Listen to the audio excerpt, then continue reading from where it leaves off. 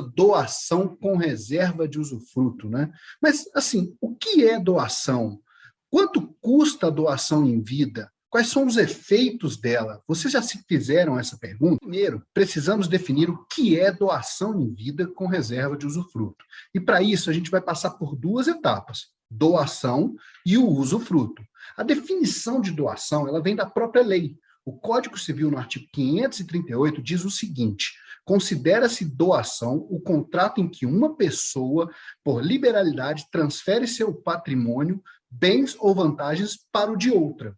Ou seja, a doação ocorre quando você transfere de graça e sem qualquer vício de vontade ou qualquer pressão ou qualquer situação que não seja a sua própria vontade, quando você transfere sem qualquer vício de vontade seu patrimônio para outra pessoa. Já o usufruto é o direito conferido a alguém durante certo tempo, pode ser por prazo determinado ou não, de gozar e fruir de um bem cuja propriedade é de outro.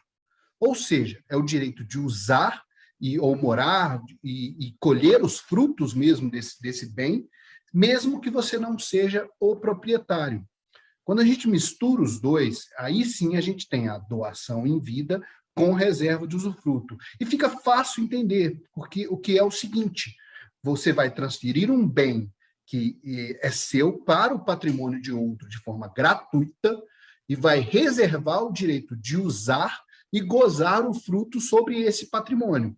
Ou seja, você deixa de ser o proprietário desse bem, mas reserva para si o direito de usar, morar, ou alugar, ou receber os frutos desse patrimônio. Se você tem um imóvel, por exemplo, você vai deixar de ser o proprietário desse imóvel e vai passar a ter o direito de morar nele ou gozar dele, usar dos frutos dele. Por exemplo, você pode alugar esse imóvel, você pode, se for uma fazenda, algo que tenha produção, você pode produzir nesse imóvel, você passa a ter esse direito e não todos os direitos inerentes à propriedade, ok? Mas me contem aqui, alguém sabe me dizer quais são os custos dessa doação? Sabe me dizer quais são os efeitos práticos na vida de quem é o dono do patrimônio, que está fazendo a doação, e os efeitos práticos na vida de quem está recebendo esse patrimônio? Vocês sabem me dizer isso? Me contem aqui nos comentários do vídeo. Pois é, aí mora o grande problema da doação em vida com reserva de usufruto. O primeiro deles é que é muito caro, e usar esse instrumento para fins de planejamento sucessório acaba perdendo sentido, porque tem os mesmos custos do inventário.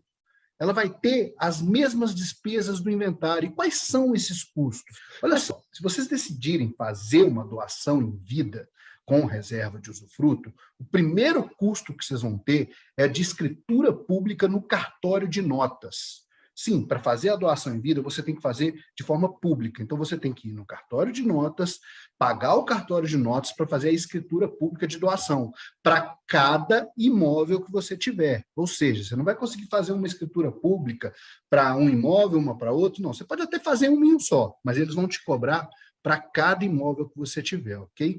O segundo custo que você vai ter é que, para o cartório de notas fazer essa escritura, ele vai te pedir um monte de certidão. Ele vai te pedir certidão atualizada do imóvel, certidão atualizada de nascimento ou casamento das pessoas que estão doando, certidão atualizada de casamento ou nascimento das pessoas que estão recebendo essa doação, certidão atualizada de ônus do imóvel, se for o caso. Dependendo do imóvel, podem pedir até mais certidões, ok? Então, você vai ter também que gastar para tirar essas certidões em cada cartóriozinho de imóvel. No cartório de registro civil, no cartório de registro de imóvel. Todos esses custos você vai ter para fazer a doação em vida. E, infelizmente, não acabou. Para efetivamente fazer a doação, você vai ter que pagar o ITCD, que é como a gente chama aqui em Minas. Em alguns estados é ITCMD, outros é ITD, mas aqui em Minas a gente chama de ITCD. O que é o ITCD? O ITCD é um imposto sobre a doação. Esse imposto sobre a doação é o mesmo imposto sobre a herança, é o mesmo imposto da morte. Por isso que ele chama ITCD, que é Imposto de Transmissão, Causa Mortes ou Doação. Então, você vai ter que pagar esse imposto. E esse imposto aqui em Minas, hoje, ele é de 5%. 5% sobre o valor que você está colocando lá na doação, o valor da sua declaração de imposto de renda, 5% sobre o valor que você comprou o imóvel na época, lá 10 anos atrás, não. é sobre o valor de mercado do imóvel, valor atualizado. Ah, mas aí é 5% sobre a avaliação que o meu corretor fizer do imóvel? Também não. Quando a gente fala valor de mercado, a gente está falando do valor de avaliação do Estado. Eles têm um próprio valor próprio de avaliação deles. Hoje, pega muito com o valor de mercado do imóvel, ok? Mas sim, você vai pagar 5% sobre esse valor. E acabou? Não, porque você quer instituir o usufruto. Você quer guardar para você pelo menos o direito de usar e gozar do imóvel, né? De alugar, de poder morar lá dentro. Então, às vezes a doação, para falar a verdade com vocês, é até mais cara que o inventário. E, por fim, ainda vai ter que pagar lá as taxas do cartório de imóvel para poder registrar esse imóvel. E esses são os custos se você conseguir fazer sozinho, não tiver que pagar um despachante ou contratar um advogado para fazer. Se tiver tudo certo e você conseguir fazer sozinho, esses vão ser os custos. E mais, você está pagando para perder o direito sobre o imóvel. E isso é um absurdo dentro de planejamento patrimonial da família. Isso não entra na minha cabeça de jeito nenhum. Agora eu te pergunto, será que faz sentido gastar quase 10% do seu patrimônio para fazer essa doação? Será que não existe uma forma melhor? Já adianto para vocês que existe, mas isso vocês vão descobrir somente lá na palestra online sobre planejamento patrimonial da família que eu vou fazer, ok? Então, se você ainda não está cadastrado, vou deixar um link aqui nos comentários do vídeo para você se cadastrar para a minha próxima palestra online sobre planejamento patrimonial da família. Não deixa. Se você quer entender uma alternativa para essa doação, para esses custos que eu te falei, toca no link aqui embaixo. Mas vamos continuar aqui e falar um pouco dos efeitos dessa doação com reserva de usufruto. Você que já pensou em fazer doação, já cogitou quais são os efeitos dela na sua vida? Ou na vida daqueles que vão receber o patrimônio, provavelmente seus filhos ou seus herdeiros? Bom, vamos começar por você, ou o dono efetivo do patrimônio, né? Você hoje é dono do seu patrimônio. Se quiser vender, você vende, não vende? Se você quiser dar esse patrimônio em fiança, você dá esse patrimônio em fiança, não dá? Se você quiser aparecer uma construtora, querendo construir, jogar sua casa no chão e construir, te dando aí triplo, 4 vezes o valor que vale o seu imóvel, você pode fazer esse empreendimento, não pode? Então, deixa eu te contar um segredo que muita gente não sabe.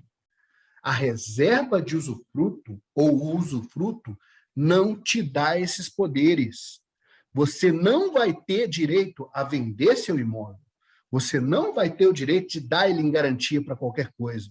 Você não vai poder fazer um negócio com esse imóvel, ok? Então, isso é muito importante você entender sobre a doação em vida com reserva de usufruto. O usufruto não te dá total autonomia sobre o imóvel, como muitas pessoas pensam. E essa é a primeira coisa que a gente tem que desmistificar sobre a doação em vida. Se você fizer a doação em vida com reserva de usufruto, as decisões sobre o que fazer com o imóvel, de venda, de passar para alguém, de botar em fiança, não serão mais suas. As decisões serão dos seus filhos ou daqueles que receberem a doação, seus herdeiros, para quem quer que você esteja entregando esse imóvel. E mais, não serão apenas deles, serão deles e dos cônjuges deles. Sim, o seu genro e a sua nora terão poder de decisão sobre o seu patrimônio, sobre o suor de cada dia do seu trabalho, que você suou para construir. O seu genro e a sua nora vão poder decidir se você fizer a doação em vida com reserva de usufruto. E eu, particularmente, acho isso uma das piores coisas da doação. Gente, se o planejamento patrimonial da família está tirando poder, qualquer poder que seja, do dono do imóvel, o planejamento está errado. Eu sempre falo isso aqui no canal. A gente tem que pensar meios para que aquela pessoa que suou tanto para adquirir aquele bem consiga beneficiar aqueles que ama, sem perder o poder sobre o patrimônio, sem perder o que ele tem. E quais são os efeitos, então? Se esses são os efeitos para você que está fazendo a doação do imóvel, quais são os efeitos para quem vai receber esse patrimônio? Quais vão ser os efeitos na vida deles e tudo? Seja seu filho, seja um herdeiro, seja um sobrinho, seja qualquer pessoa que você quer contemplar com essa doação de um imóvel, do bem que você construiu com o seu suor. Tá. O primeiro e mais comum efeito, e talvez seja até um pouco óbvio, é que ele passa a ser dono de um patrimônio. Ele passa a ser proprietário de um imóvel. Mas por que eu estou falando isso? Isso não é óbvio? Eu estou doando para ele, ele vai ser proprietário do imóvel. Eu estou te falando isso porque isso gera alguns efeitos na vida prática do seu filho ou daquela pessoa que você vai passar esse imóvel. Por exemplo, aqui em Belo Horizonte, na compra de primeiro imóvel, a pessoa tem um desconto no ITBI, que é o imposto que você paga na compra do imóvel. Seu filho, pessoa que está recebendo, não vai ter isso, porque não vai ser o primeiro imóvel dele. Ele já vai ser dono de outro imóvel. Outra questão, existe a impenhorabilidade de bem de família. Só que bem de família só ocorre quando é o único imóvel em que a família reside. Então, se o seu filho eventualmente tiver algum revés financeiro no futuro, o patrimônio que ele mora vai poder ser atingido porque não vai ser o único imóvel que ele vai ser proprietário, porque ele vai ter, além desse imóvel, aquele que você doou para ele com reserva de usufruto. E há casos até mais extremos, por exemplo, quem recebesse esse patrimônio em doação nunca vai poder fazer uma aquisição através de uso capião, dependendo do caso, porque em alguns casos de uso capião tem que ser o único imóvel de residência da família, por exemplo. Claro que isso é um caso mais incomum, mas sim, é um dos efeitos que essa doação em vida vai gerar para o seu filho, para a sua filha, ou para quem você quiser passar esse patrimônio. Além disso, e um outro efeito que vai ter, é que esse bem que você está doando para o seu filho, para a sua filha, ou para qualquer pessoa, pode vir a comunicar no regime de casamento deles. Ou seja, esse bem que ele vai receber vai ter que ser dividido com a esposa e com o marido em caso de um eventual divórcio. Sim, o seu genro ou a sua nora terão direito ao seu patrimônio em caso de eventual divórcio. Você vai manter o usufruto lá. Você vai ter o direito de usar enquanto você estiver vivo. Mas o dono desse patrimônio pode vir a ser seu genro ou a sua nora. Outra questão muito importante é o seguinte: doação em vida não admite reversão. A doação em vida não admite mudar de ideia. Você não pode mudar de ideia e falar assim, não, quer saber, vou cancelar isso aqui porque eu quero resolver isso de uma outra forma. A doação em vida não admite isso. E, cara, isso não combina com a vida nossa, com a vida dinâmica como ela é hoje. Hoje em dia, as coisas mudam muito rápido. Hoje você pode estar aqui, morando em Belo Horizonte, com o seu patrimônio aqui, e, de repente, acontecer alguma coisa, você fala assim, não, cara, quero morar no interior, com o patrimônio lá. O planejamento patrimonial ele tem que te permitir essas mudanças, e isso a doação em vida não permite. Mas eu quero ilustrar isso melhor para você.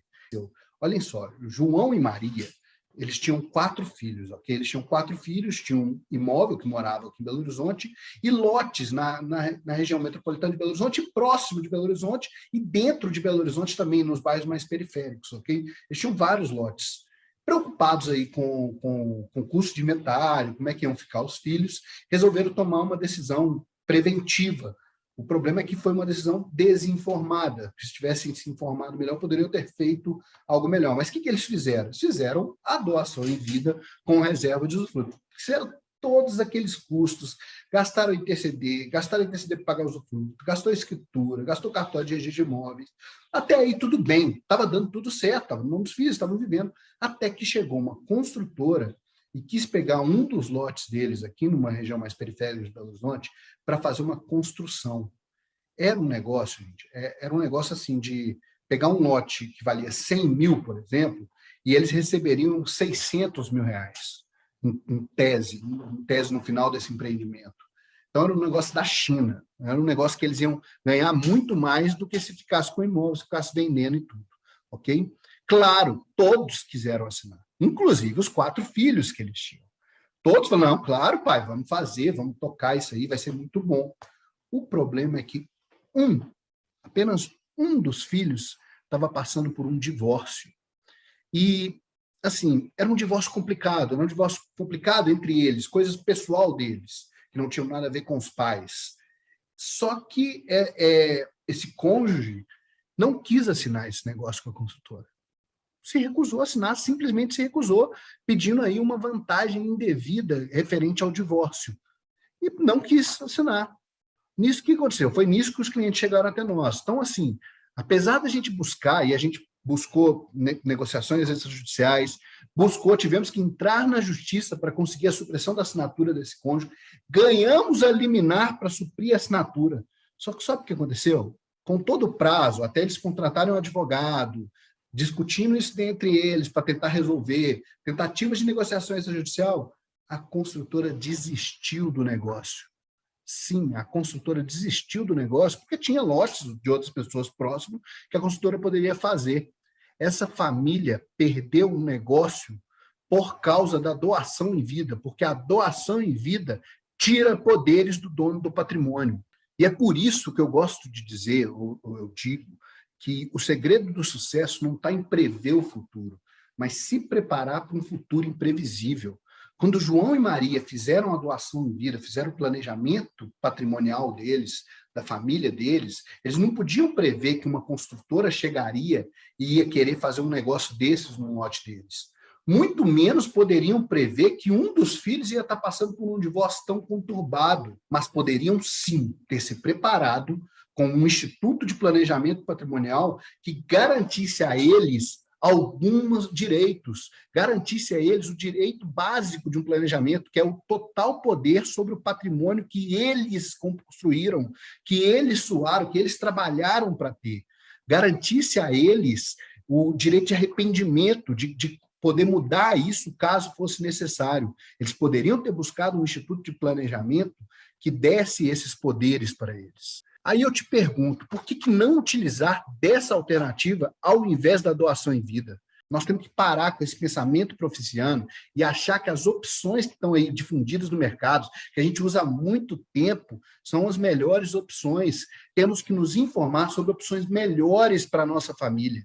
E esse é o principal objetivo desse vídeo, te informar para você, se você resolver fazer uma doação em vida, você saber exatamente onde você está entrando, exatamente os problemas que ela pode gerar para a sua família e os custos dela. E eu estou cansado de ver famílias perdendo patrimônio, perdendo dinheiro por causa de inventário ou desses supostos meios de planejamento patrimonial da família, quando existe sim um meio muito melhor e muito menos custoso para a família.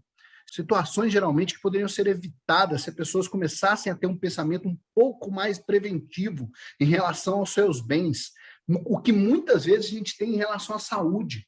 Você vai fazer uma viagem, você se planeja, você pega lá, vê para onde você vai, como você vai chegar, qual lugar que você vai fazer, você busca informações sobre o lugar que você está indo para saber o que você vai visitar. Você vai cuidar da saúde, você busca informações com o médico, você chega no médico, pergunta quais são as opções. Você está sempre agindo de forma planejada e de forma preventiva. O que a gente não está acostumado a fazer é em relação aos nossos bens. E esse pensamento precisa mudar.